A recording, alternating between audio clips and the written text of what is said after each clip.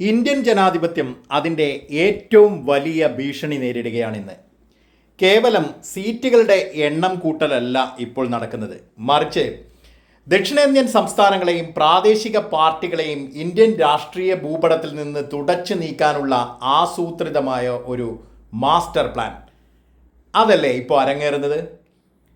വികസനത്തിന് ശിക്ഷയാണോ, ജനസംഖ്യാ പെരുപ്പത്തിന് സമ്മാനം നൽകലാണോ ഇതെല്ലാം?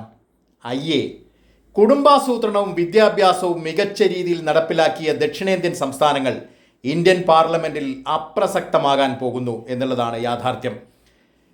കൃത്യമായ കണക്കുകളിലേക്ക് നോക്കുകയാണെങ്കിൽ UP, ബീഹാർ, രാജസ്ഥാൻ, മധ്യപ്രദേശ് തുടങ്ങിയ പശുരാഷ്ട്രീയവും വർഗീയതയും കളിയാടുന്ന സംസ്ഥാനങ്ങളിൽ സീറ്റുകൾ കുത്തനെ ഉയരാൻ പോവുകയാണ്.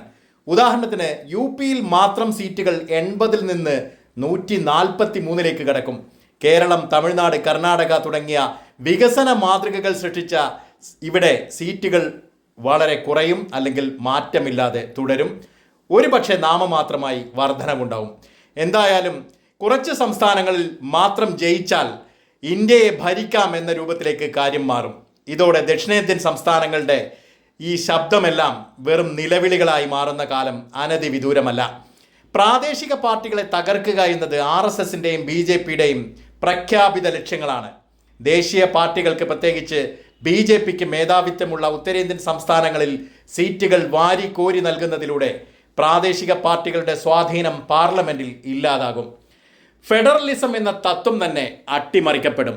സംസ്ഥാനങ്ങളുടെ താല്പര്യങ്ങൾ സംരക്ഷിക്കാൻ ആരുമില്ലാത്ത അവസ്ഥ വരും.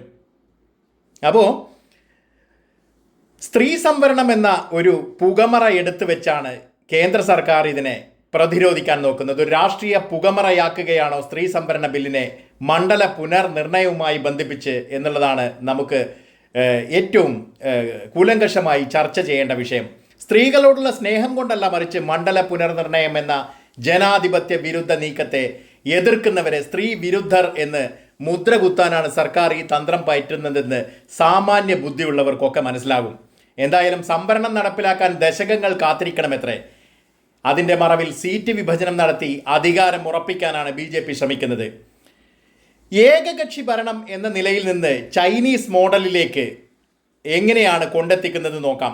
RSSൻ്റെ പിൻവാതിൽ അജണ്ടയായ ഒരു രാജ്യം ഒരു വോട്ട് ഒരു പാർട്ടി എന്ന ഏകാധിപത്യത്തിലേക്ക് ഇന്ത്യ നീങ്ങുകയാണോ? ചൈനയിലെ കമ്മ്യൂണിസ്റ്റ് ഭരണത്തെ പോലെ പ്രതിപക്ഷമില്ലാത്ത നാമമാത്രമായ ഇന്ത്യയാണ് ഇവരുടെ സ്വപ്നം എന്നാണ് നാം മനസ്സിലാക്കേണ്ടത്. നമ്മൾ ചോദിക്കേണ്ട ചോദ്യങ്ങൾ എന്തൊക്കെയാണ്? വികസനം നടപ്പാക്കിയതിലോ ആണോ ദക്ഷിണേന്ത്യ ചെയ്ത തെറ്റ്? പശുവിനും മതത്തിനും മുൻഗണന നൽകുന്ന ഉത്തരേന്ത്യൻ സംസ്ഥാനങ്ങൾ ഇന്ത്യയുടെ വിധി നിശ്ചയിക്കണോ?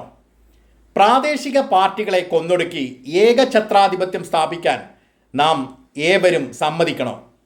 ഇതൊരു പ്രതിഷേധമല്ല, അതിജീവന പോരാട്ടമാണ്. നമ്മുടെ വോട്ടിൻ്റെ മൂല്യം ഇല്ലാതാക്കാൻ അനുവദിക്കരുത്. ഇന്ത്യൻ ജനാധിപത്യത്തെ RSS കാര്യാലയങ്ങളിൽ പണയം വെക്കാൻ വിട്ടുകൊടുക്കുകയും അരുത്. ജയ് ഹിന്ദ്.